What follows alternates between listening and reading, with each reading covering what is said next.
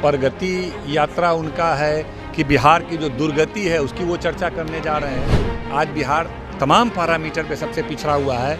यहाँ सबसे गरीबी, सबसे अशिक्षा, सबसे बदहाली, सबसे ज़्यादा पलायन, सबसे ज़्यादा अपराध सारी है। यहाँ बिहार का संतुलन बनाए रखने के लिए उनका भी वक्त पूरा हो गया। नमस्कार, मैं प्रेम, आप देख रहे हैं MK न्यूज इंडिया। एक तरफ तेजस्वी यादव अपने कार्यकर्ता यात्रा पे हैं, दूसरी तरफ CM नीतीश कुमार जो है महिला संवाद यात्रा को बदलकर जो प्रगति यात्रा पर निकले हुए हैं। आपको बता दें, जिस तरह से तेजस्वी यादव ने कहा कि ये प्रगति यात्रा नहीं, ये दुर्गति यात्रा है, तमाम जो कई तरह के जो है शब्दों का इस्तेमाल करते हुए महागठबंधन की तरफ से बयानबाजी हो रही है।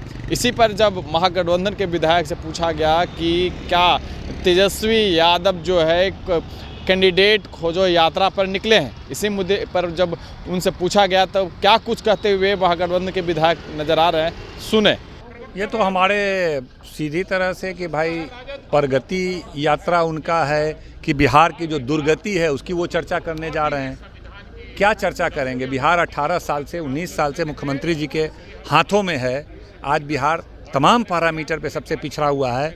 यहाँ सबसे गरीबी, सबसे अशिक्षा, सबसे बदहाली, सबसे ज़्यादा पलायन, सबसे ज़्यादा अपराध सारी है यहाँ। तो कौन सी प्रगति रिपोर्ट वो पेश कर पाएंगे? दुर्गति रिपोर्ट ही देना होगा, क्योंकि भारत सरकार का ही आंकड़ा तमाम चीज़ों पे बता रहा है कि बिहार की स्थिति क्या है। तो अब नीतीश कुमार जी को श्री कृष्ण जी का वक्तव्य है कि हर इंसान अपना एक दायित्व और एक कर्म, एक उद्देश्य लेकर के आता है। जब उद्देश्य पूरा हो जाए तो इंसान को वहाँ छोड़ करके नई पीढ़ी को जिम्मेदारी देना चाहिए, वरना धरती पे असंतुलन पैदा होता है। नीतीश कुमार जी जिस उद्देश्य से राजनीति में आए, मुख्यमंत्री का दायित्व संभाला, वो उद्देश्य उनका पूरा हुआ। जो वो कर सकते थे, रोड, नाली, बिजली किया, अब अपने दायित्व का उन्होंने पूरा किया है। अब उनको छोड़ करके किसी युवा को बिहार के बागडोर की जिम्मेदारी देनी चाहिए थी।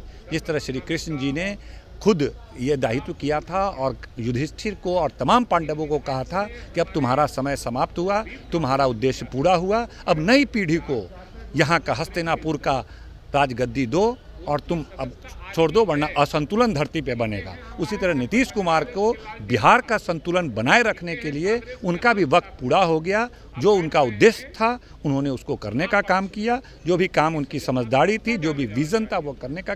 अब उनका पद पे बने रहना बिहार को असंतुलन करने का काम करेगा। इसलिए युवा नेता तेजस्वी यादव जी को बागडोर सौंप करके उनको राजनीति से अलग होना चाहिए। तेजस्वी यादव भी बिहार की यात्रा पर हैं और विपक्षता पक्ष के लोग हैं, कह रहे हैं कि कैंडिडेट खोजो यात्रा पर निकल रहे हैं, कैंडिडेट खोजने जा रहे हैं तेजस्वी यादव। तो चुनाव किनको लड़ना है?